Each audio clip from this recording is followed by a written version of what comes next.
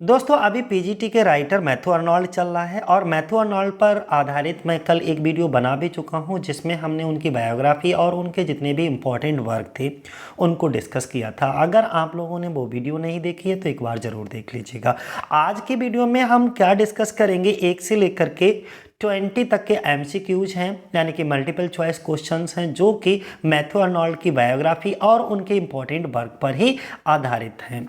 चलो शुरुआत कर लेते हैं दोस्तों। पहला ही क्वेश्चन हमारा है कि हु रोट, किसने लिखा द सोनेट को, और कौन से सोनेट को? शेक्सपियर सोनेट को। यानी कि शेक्सपियर सोनेट को किसने लिखा? मैथ्यू अर्नोल्ड ने लिखा है दोस्तों। और शेक्सपियर सोनेट को पब्लिश करवाया गया था 1849 में साथियों। कब पब्लिश करवाया गया था? 1849 में इसको पब्लिश करवाया गया था। लिखा किसने? मैथ्यू अर्नोल्ड ने। थोड़ा एक्सप्लेनेशन देख लो इसका, क्या एक्सप्लेनेशन है दोस्तों। अगर हम मैथ्यू अर्नोल्ड के द्वारा लिखे गए जो सोनेट है हमारा उसको एक्सप्लेन करते हैं तो दी पोइम, ये जो पोइम है ना वो शुरू होती है विद अ शॉर्ट सेंटेंस, और ये सेंटेंस कहीं पर भी नोट डाउन कर लीजिएगा, बहुत ज़्यादा इंपॉर्टेंट है। ये लाइनें कई बार आपके पीजीटी के एग्जाम में पूछी गई हैं कि others avoid our question thou are free. ये जो लाइन है वो मैथ्यू अर्नोल्ड के द्वारा लिखी गई है। और कौन सी कविता में लिखी दोस्तों ये लाइन? ये शेक्सपियर कविता में लिखी। और किसको, किसकी प्रशंसा करने के लिए, किसके प्रति अपना प्यार दर्शाने के लिए? तो विलियम शेक्सपियर के प्रति अपने प्यार को दर्शाने के लिए मैथ्यू अर्नोल्ड ने शेक्सपियर के लिए इस लाइन को लिखा, others avoid our question thou art free. ये जो सोनेट है शेक्सपियर जो कि 1849 में पब्लिश करवाया मैथ्यू अर्नोल्ड ने, इसको लिखा गया है 4 स्टेंजाज में। इसमें ऑक्टेव के 2 स्टेंजाज हैं और 2 सस्टेट के हैं। अब ये ऑक्टेव और सस्टेट क्या होता है? एक इटालियन सोनेट होता है, और इटालियन सोनेट जो होता है वो डिवाइडेड इनटू 2 पार्ट्स, 2 भागों में विभाजित होता है, जिसका फर्स्ट पार्ट जो है वो ऑक्टेव कहलाता है और सेकेंड पार्ट सस्टेट कहलाता है। ऑक्टेव में 8 लाइनें होती हैं और जो सस्टेट होता है उसमें 6 लाइनें होती हैं। ऑक्टेव में तो इसमें 2 स्टेंजाज में 2 क्वार्टरेंस में डिवाइड होगा, यानी क्वार्टरेंस का मतलब होता है कि 4 लाइनों की स्टेंजा को बोलते हैं, तो 2 क्वार्टरेंस होंगे, और सस्टेट में क्या होगा? 3 लाइंस के होंगे, तो इसे हम इटालियन सोनेट कहते हैं। क्लियर हो गया सारी चीज़ें। पहला क्वेश्चन मुझे लगता है क्लियर हो गया होगा। अब दूसरा क्वेश्चन हम बात करते हैं, और दूसरा क्वेश्चन हमारा कौन सा है कि Matthew Arnold is the poet of.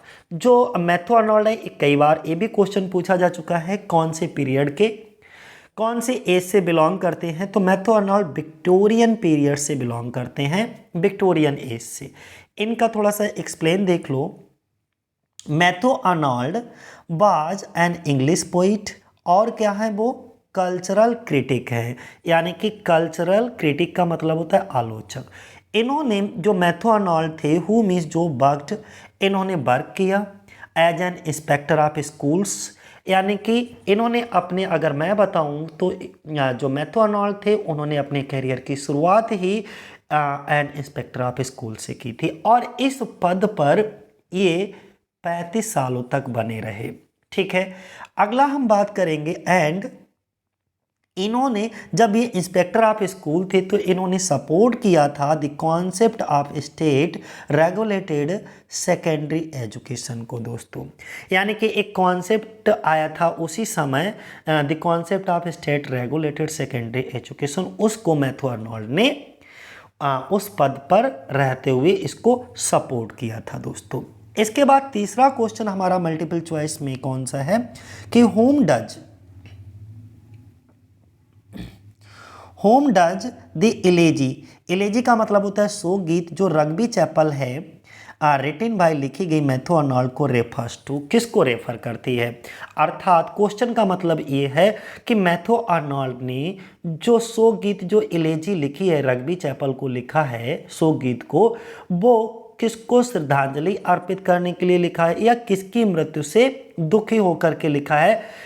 तो मैथ्यू अर्नोल्ड ने ये अपने पिता की मृत्यु, जिनका नाम था थॉमस अर्नोल्ड, उनकी मृत्यु से दुखी होकर के इस शोक गीत की रचना की। क्वेश्चन हमारा ये है, मैथ्यू अर्नोल्ड ने अपने पिता की मृत्यु, जो उनके पिता जो थॉमस अर्नोल्ड थे, अपने पिता की मृत्यु से दुखी होकर के कौन सी एलेजी की रचना की? तो आपका आंसर होगा रग्बी चैपल। रग्बी चैपल किसने लिखी? मैथ्यू अर्नोल्ड ने लिखी।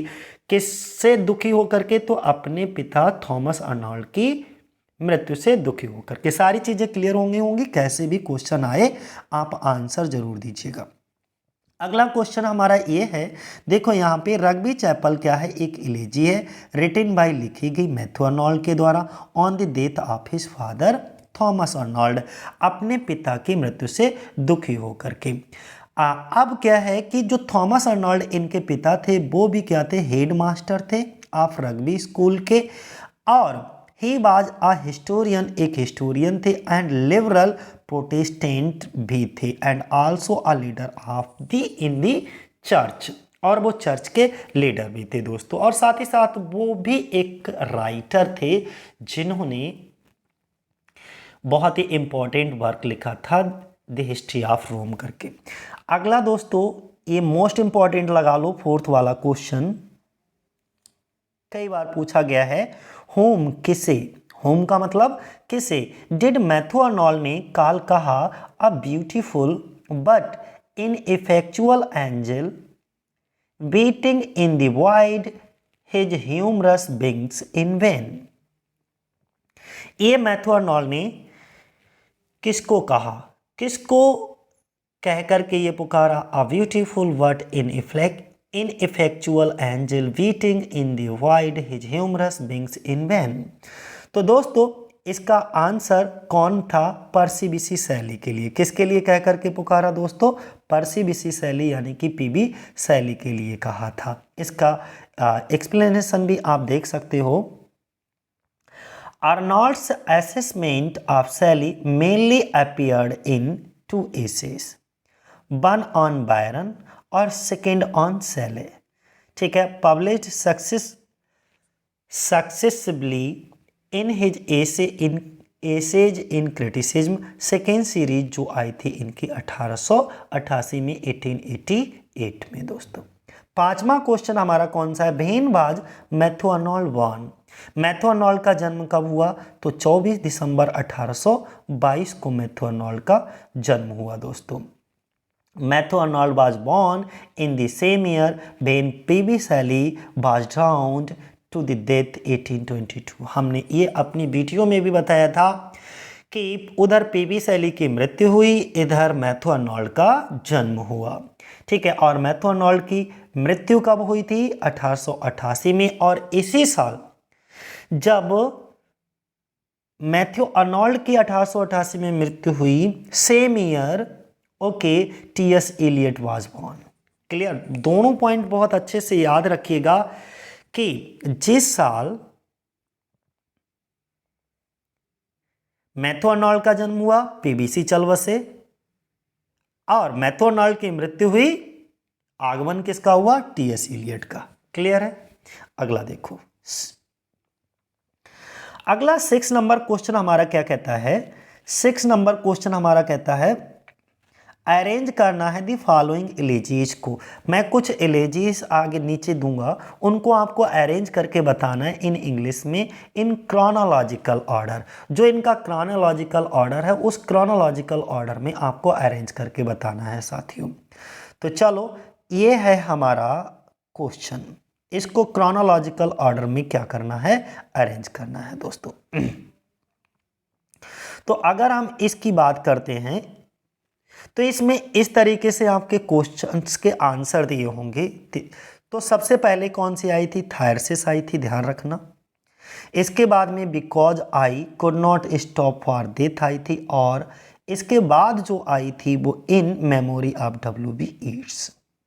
अब इनका एक्सप्लेनेशन समझ लो और आपको क्लियर हो जाएगा। जो थायरसिस थी was written by Matthew Arnold in the same year 18, कहीं कहीं पर लिखी तो 1865 में गई थी, लेकिन इसको पब्लिश करवाया गया था 1866, और कहीं कहीं आपको जो है 1867 भी लिखा हुआ मिलेगा दोस्तों।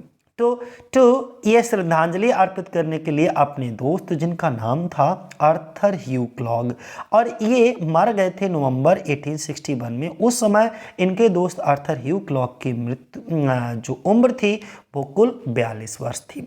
यानी कि 42 वर्ष की अवस्था में इनके दोस्त आर्थर ह्यू क्लॉग की क्या हो जाती है, मृत्यु हो जाती है नवंबर 1861 में। ठीक है, तो उनकी मृत्यु से दुखी होकर के 1865 में मैथ्यू अर्नोल्ड क्या करते हैं, एक थायरिसिस एलिजी की रचना करते हैं। तो ये कब आई थी, 1865 में, याद रखना 1865, क्योंकि हमें क्रोनोलॉजिकल ऑर्डर लगाना है। ठीक है, इसके बाद में दूसरी एलिजी ये देख लो कब आई थी। ये एलिजी का नाम है because I could not stop for death. ये क्या है, एक लैरिकल पोइम है और ये एमिली डिकिंसन के द्वारा लिखा गया है। फर्स्ट पब्लिश्ड, पहली बार पोस्थुमली का मतलब होता है मृत्यु के उपरांत जो है, इन द पोइम, और सीन फर्स्ट इन 1890 में, ये 1890 में है। और in the memory of W.B. Yeats by W.H. Auden के द्वारा जो लिखी गई थी, was written in 1939 following the death of the Irish poet एक थे W.B. Yeats, William Butler Yeats, in January of that year. तो सारी डेट्स यहाँ पर हम देखो मेंशन कर दिए हैं। ये 1939 है, ये 1890 है, और इसके बाद में ये 1865।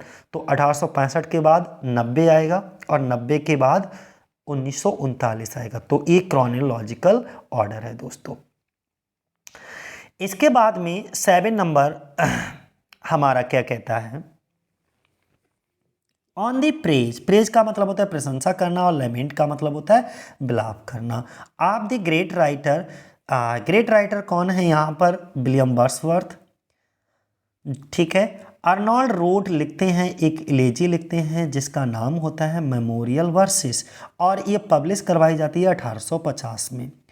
मैथ्यू अर्नोल्ड के अलावा 2 अन्य कौन से पोइट थे जिनको मेमोरियल वर्सेस में मेंशन किया गया दोस्तों। तो क्वेश्चन आगे ये पूछा गया है आपसे कि हु वर, कौन थे दी अदर पोइट्स, अन्य कवि मेंशन किए गए थे इन दी पोइम।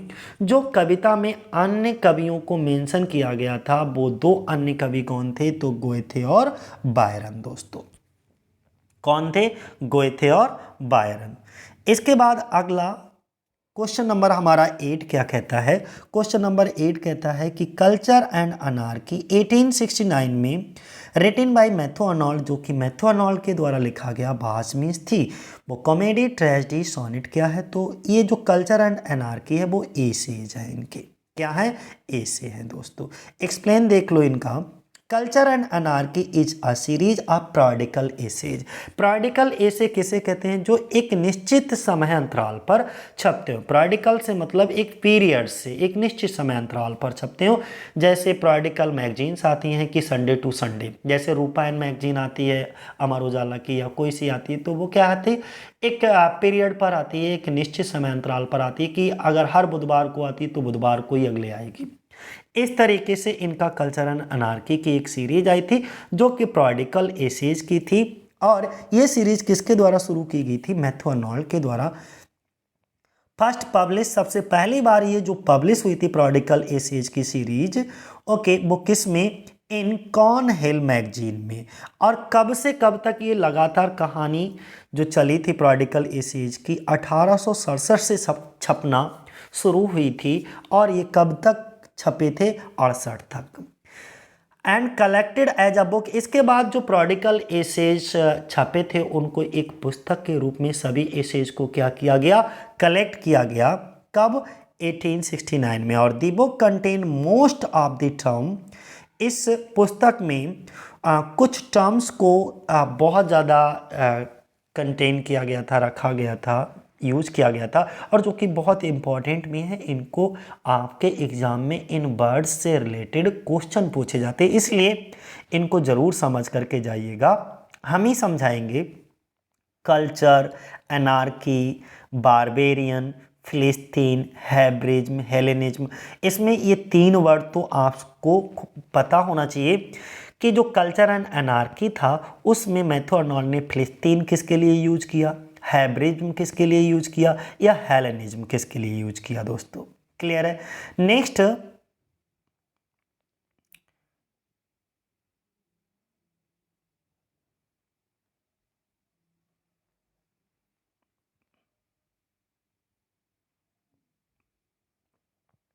अगला क्वेश्चन देखिए दोस्तों, अगला क्वेश्चन हमारा क्या है। नेक्स्ट क्वेश्चन, विच फ्रेज, कौन सी फ्रेज वाज टेकन, ली गई बाय मैथ्यू आर्नोल्ड के द्वारा from Jonathan Swift.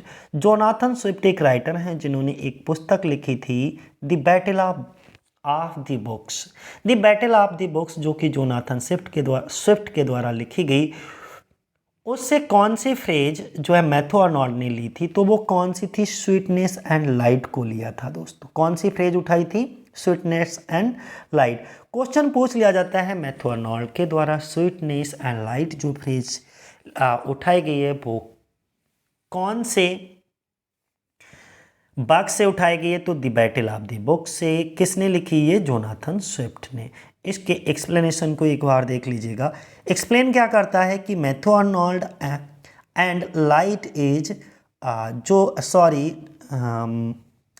Sweetness and light, बोलते बोलते भी मुंह थक जाता है हमारा तो कुछ बोलते हैं और कुछ निकलता है। Sweetness and light is first use, पहली बार जो यूज किया गया था, इस फ्रेज का सबसे पहली बार यूज किया था किसने, जोनाथन स्विफ्ट ने। और अपने in his mock heroic prose satire था, बुक थी जिसका नाम था the battle of the books. Clear है दोस्तों।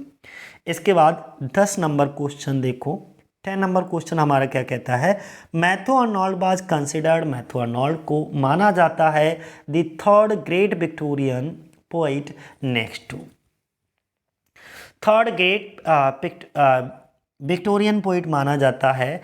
अब थर्ड मैथ्यू आर्नोल्ड को माना जाता है, तो इनसे पहले दो होंगे, एक और दो, तो पहला किसको माना जाता है और दूसरा किसको माना जाता है दोस्तों। क्वेश्चन क्या कहता है हमारा, मैथ्यू आर्नोल्ड को बाज कंसीडर्ड माना जाता है the third great Victorian poet, तो इसके थर्ड तो नंबर के ये हो गए, तो एक और दो नंबर का किसको माना जाता है, तो अल्फ्रेड लॉर्ड टेनिसन और रॉबर्ट ब्राउनिंग, और तीसरे कौन है, मैथ्यू आर्नोल्ड।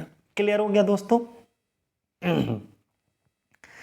यहाँ पर इसके एक्सप्लेनेशन को भी देख सकते हो। मैथ्यू आर्नोल्ड इज कंसिडर्ड, माना जाता है, to be the sage writer, sage writer माना जाता है। अब ये जो सेज राइटर कौन होते हैं, जो उस समय के जो समाज में सोशल इशूज चल रहे होते हैं, उन सोशल इशूज को अपने बक्स में दर्शाते हैं या उन पर आधारित कुछ लिखते हैं, ऐसे राइटर्स को सेज राइटर कहते हैं दोस्तों। सेज राइटर इज वन आप हु इंस्ट्रक्ट करते हैं द रीडर को ऑन कंटेम्प्रेरी, का मतलब समकालीन सोशल इशूज पर। ये समकालीन क्या होता है, जैसे कि हमारी उम्र में इस समय जो भी घटना घटित हो रही है, तो हम जो भी लिख दें तो वो हमारी समकालीन घटनाएं कहलाएंगी दोस्तों। अगला 11 नंबर हमारा क्या कहता है, आइडेंटिफाई करना है दी टू ग्रेट पोएम्स को। आप मैथ्यू आर्नोल्ड की दो महान ग्रेट पोएम्स को आइडेंटिफाई करना है, पहचानना है। विच वर पब्लिश, जो पब्लिश करवाई गई थी या पब्लिश हुई थी अंडर द न्यू एडिशन में, पब्लिश इन द ईयर 1853 में। तो 1853 में बहुत सारी पोइम्स थी, मैं कुछ पोइम्स के नाम भी बता देता हूँ, मुझे याद आ रहा है। Sohrab and Rustum and other poems थी, क्लैश सेंट्स थी, Sohrab and Rustum, scholar gipsy, okay, church of Brou, requiescat, memorial verses of Wordsworth, stanzas in memory of the author of Obermann. ये सभी इनकी कौन सी थी, जो सेकेंड पोएम वैल्यूम आया था 1853, उनका हिस्सा थी दोस्तों। तो इनमें से कौन सी है वो आपको बताना है। सोहराब एंड रुस्तम भी थी और स्कॉलर जिप्सी भी थी, ठीक है। तो ये वाला ऑप्शन हमारा क्या होगा, ठीक होगा। इसमें सभी में देखो थायरसिस दिया है, लेकिन थायरसिस इसका हिस्सा नहीं थी, ये 1867 का हिस्सा थी दोस्तों। तो Sohrab and Rustum, scholar Gypsy, और इसी में एक मेमोरियल वर्सेस ऑफ वर्सवर्थ जो कि 1850 में आई थी, वो भी इम्पॉर्टेंट थी।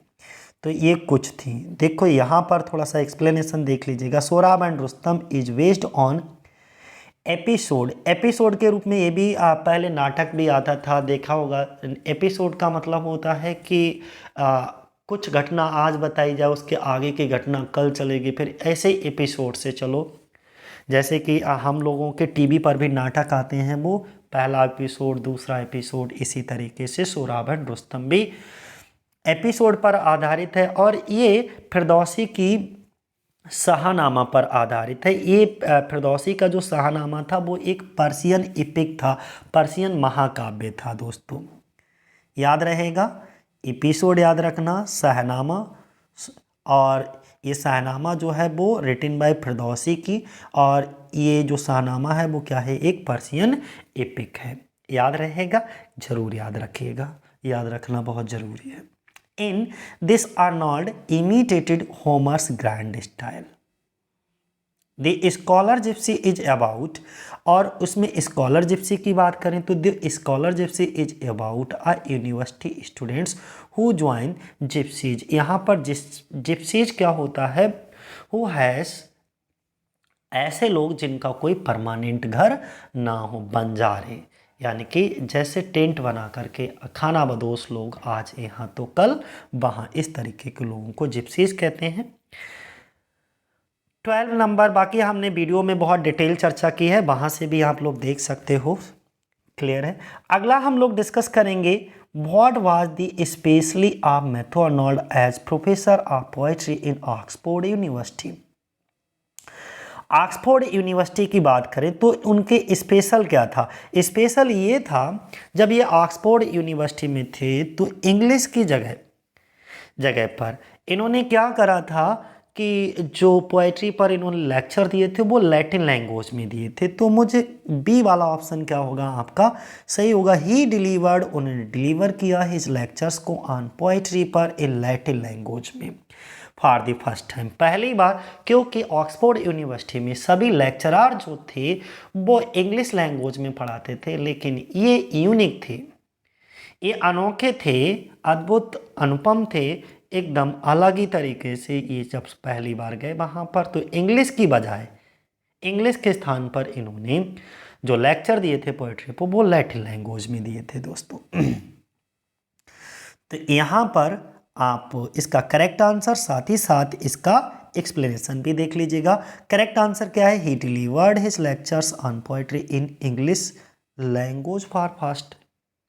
एक मिनट साथियों, जरा मुझे थोड़ा सा माफ़ करिएगा साथियों, हमारा ही एक्सप्लेनेशन गलत हो गया, मेरा दिमाग कहीं दूसरी जगह चला गया था, मुझे ऐसा लगा। ठीक है, उन्होंने लैटिन लैंग्वेज में ही दिए थे, सॉरी, नॉट लैटिन लैंग्वेज, वहाँ पर पहले से ही लैटिन लैंग्वेज में दिए जाते थे, और ये क्या करा, रादर देन लैटिन लैंग्वेज इन्होंने इंग्लिश लैंग्वेज में वहाँ पर पहली बार जो है अपने लेक्चर दिए। तो ये वाला ऑप्शन सही होगा, माफ़ करना, थोड़ा एक्सप्लेनेशन गलत हो गया हमसे।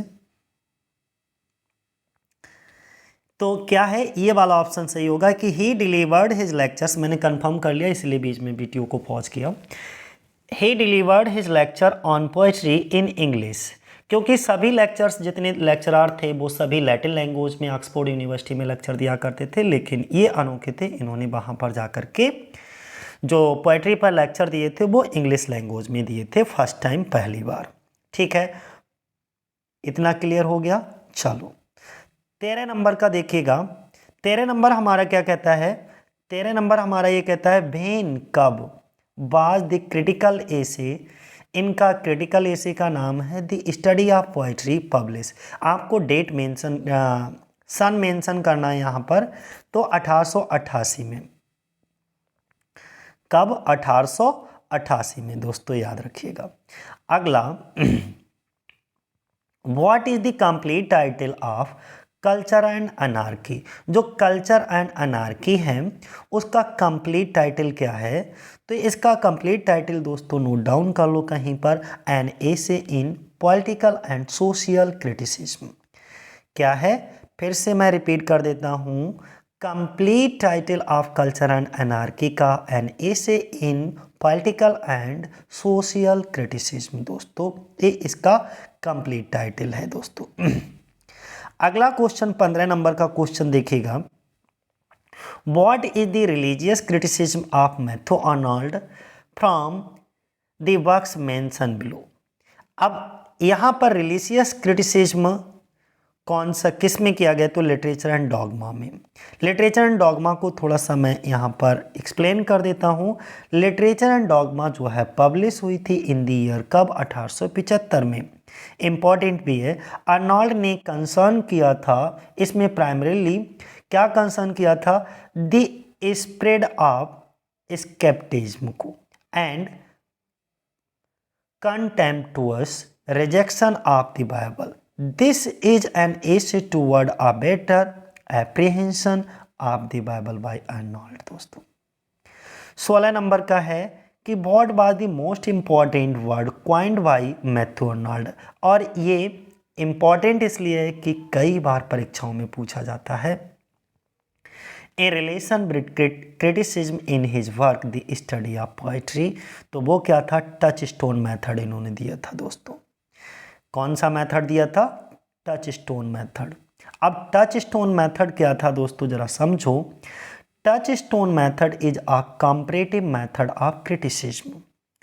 ये क्या करते थे, इन्होंने ये बताया कि अन्य, जैसे मान लीजिए आप कब पता कर पाओगे, मान लीजिए आप 10 लोग इकट्ठे करते हो और 10 लोगों को इकट्ठे करने पर आप कैसे पता कर पाओगे कि 10 लोगों में सबसे अच्छा कौन है। जैसे आप YouTube चैनल पर देखते हो तो कई सारे चैनल आपके पास होते हैं TGT या PGT की तैयारी करने के लिए, लेकिन आप कई सारे चैनल्स पर पढ़ करके कंपेयर करते हो और कंपेयर करके फाइनली डिसाइड करते हो कि यहाँ से हमको ज़्यादा अच्छा समझ आ रहा है, तो उसी चैनल पे कंटिन्यूसली आप देखना शुरू कर देते हो। वैसे ही मैथ्यू आर्नोल्ड ने जब अपना टच स्टोन मेथड दिया था तो उसमें उन्होंने बताया कि आप जो महान कवि हैं उनकी कुछ पोएम्स को लीजिए या उन पोएम्स की लाइनों को लीजिए और उन महान कवियों की पोएम्स की जो लाइनें आपने ली हैं उनको रख करके देखिएगा। अगर उन लाइनों से आपकी लाइनें ज़्यादा बेहतर हैं, ज़्यादा खूबसूरत हैं, सुंदर हैं, तो आप एक अच्छे कवि हो। तो ये उन्होंने ऐसा टच स्टोन मेथड दिया था, जरा समझिए। अकॉर्डिंग टू हिम, उनके अनुसार poetry is a criticism of life. बहुत इंपॉर्टेंट लाइन है, कई बार पूछी गई है।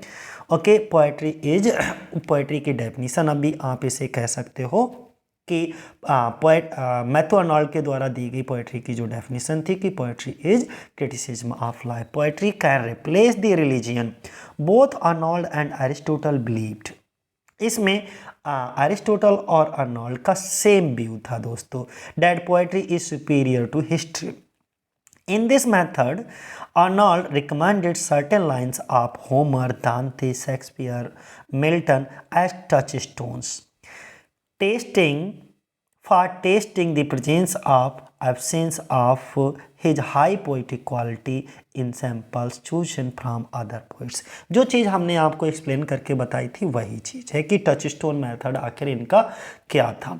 कई बार पूछा जाता है टच स्टोन मेथड किसके द्वारा दिया गया, तो आप सिंपली कह दो मैथ्यू आर्नोल्ड के दिया गया था। और कभी कभी पूछ लेते हैं कि टच स्टोन मेथड में जो मैथ्यू आर्नोल्ड थे वो कौन कौन से कवियों को कंपेयर करने के लिए कहते हैं, तो होमर हैं, दांते हैं, शेक्सपियर हैं, मिल्टन हैं, ये कुछ महान कवियों के जिक्र वो करते हैं दोस्तों।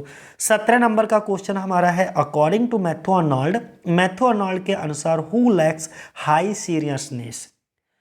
मोस्ट इंपॉर्टेंट है, मैथ्यू आर्नोल्ड के अनुसार किस में हाई सीरियसनेस की कमी थी दोस्तों, तो किसको बताया, चौसर को। ठीक है, अगला 18 number question, according to Matthew Arnold who are prose classics किसको बोला है दोस्तों, कौन है, तो वो है इसका correct answer Dryden and pope दोस्तों। कौन सा, ड्राइडन एंड पोप। और 19 नंबर क्वेश्चन जरा समझिएगा, अब माफ करना साथियों,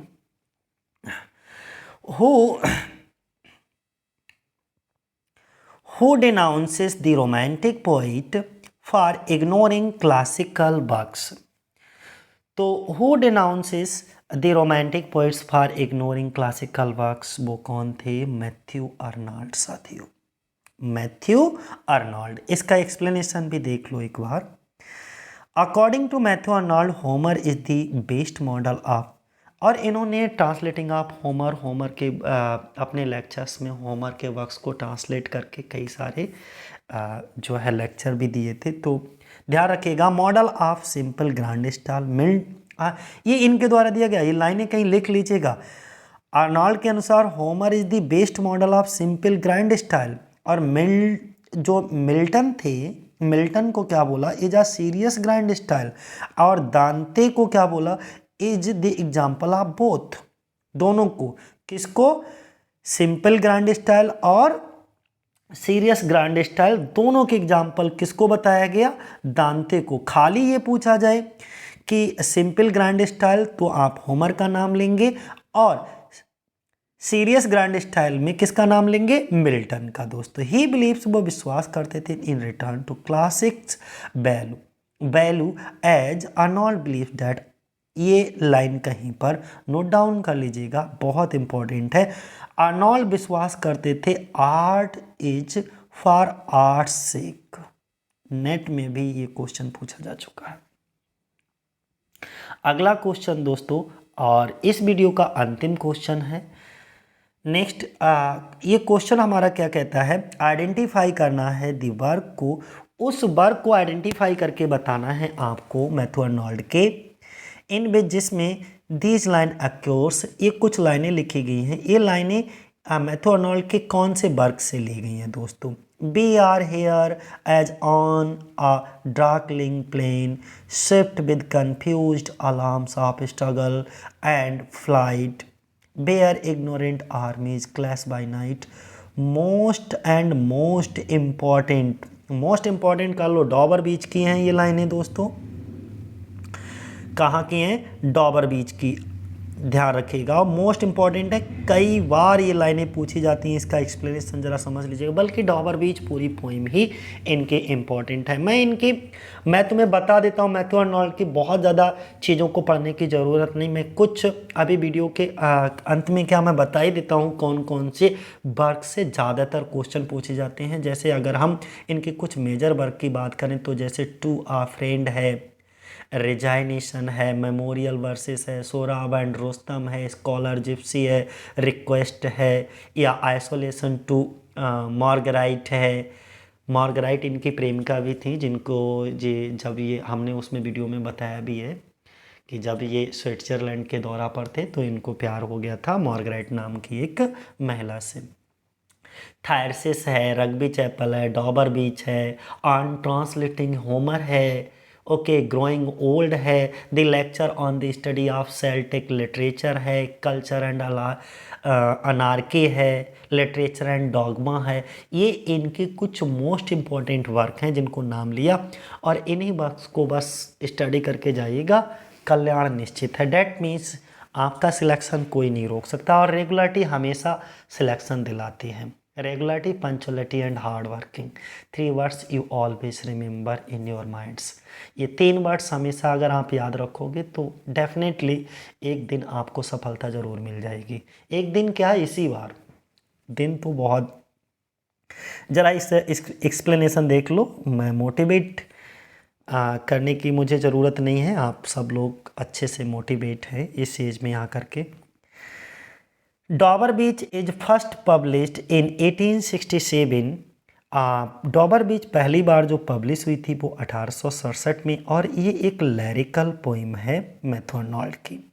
इसमें मलंकलिक, ये क्वेश्चन पूछा गया था पीजीटी में कि ये कैसी पोइम है, तो ये एक मलंकलिक पोइम है। मलंकलिक पोइम का मतलब होता है कि वेदना प्रकट करना, दुख प्रकट करना, ठीक है। यानी कि इस पोएम में कवि क्या करता है, दुख व्यक्त करता है, और इसमें दुख व्यक्ति इसलिए करता है क्योंकि जो व्यक्ति हैं वो नेचर के प्रति बहुत ज़्यादा लगाव ना रख करके मटेरियलिस्टिक चीज़ों की ओर मूव होते चले जा रहे हैं। और इस पोइम की मेन थीम है how the world used to be protected by faith and trust and there is nothing left but lies. This dramatic monologue the speaker is poet himself. आपसे ये भी पूछा जाए तो डॉबर बीच क्या है, एक ड्रामेटिक मोनोलॉग भी है। अच्छा, ड्रामेटिक मोनोलॉग क्या होता है? एक ही व्यक्ति के द्वारा जो है कही जाने वाली कविता। इसमें स्पीकर स्वयं लेखक ही है और लिसनर कौन है? उसकी न्यूली बेड मिस्ट्रेस है। नई नई शादी होती है तो न्यूली बेड,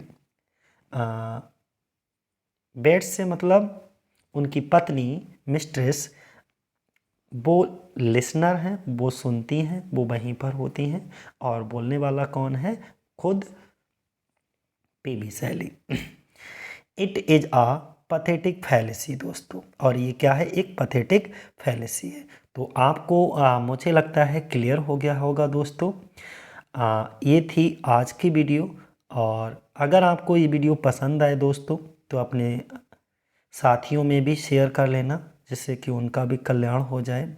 और बाकी नेक्स्ट वीडियो हम लोग अभी या तो बक्स पे होगी या हो सकता है मल्टीपल चॉइस क्वेश्चन ही दें, जिसमें 1 से लेकर के 50 तक के मल्टीपल चॉइस को हम लेकर आएंगे।